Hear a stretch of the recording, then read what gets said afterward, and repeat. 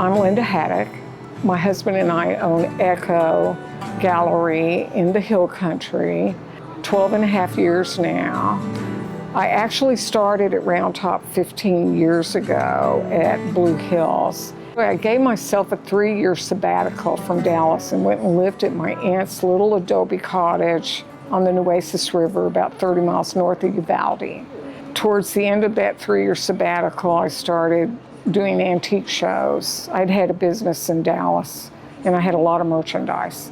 And so I started doing some pretty major antique shows, and I ended up at a big Fort Worth antique show in March.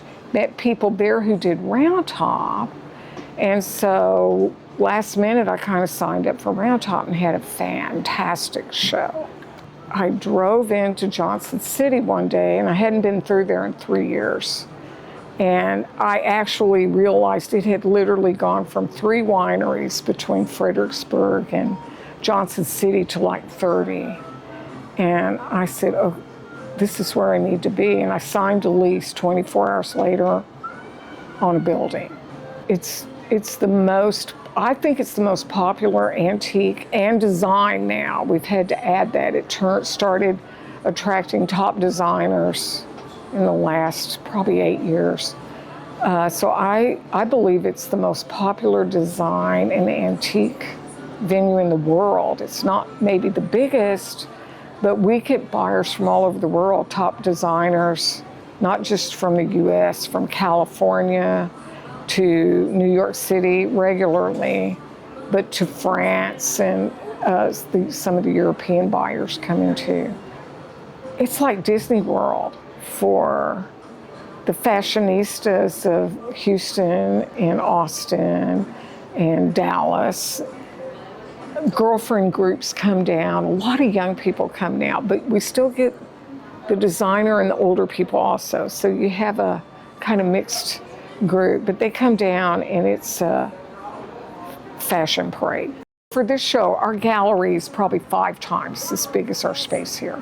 So I did handpick a lot of pieces to bring here because they're, like I said, they're getting seen by a big audience. So right next to me is a 2002 Peter Max that I got from Peter Max himself. And it's an original, and it's in an older style than his modern style, which is what I loved about it. I am like a personal ambassador for Braniff International Airlines.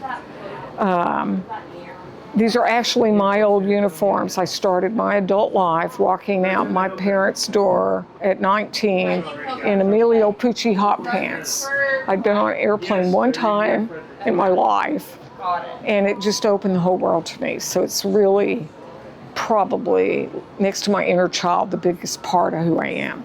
But it's Mary Wells' story. She did I Heart New York, and then she did the Braniff Airstrip and sexualized the whole airline industry worldwide.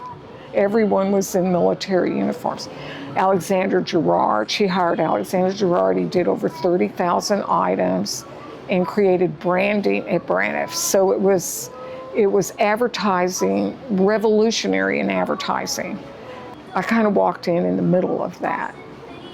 So, but it was just, wonderful back then. I was always putting things in the the captain would let me put rolled up antique rugs, lamps in the cockpit or in the bathroom and bringing them home.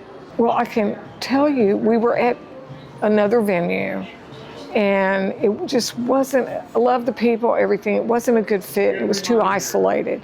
And because I wanted to start being open year round, we chose the halls, and I am blown away by the other vendors here.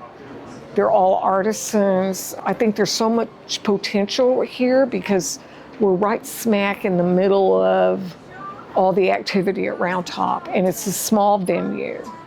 This is my carny fix. I'm a carny girl at heart, I think. And it just, the people, my adrenaline just rushes when I'm here.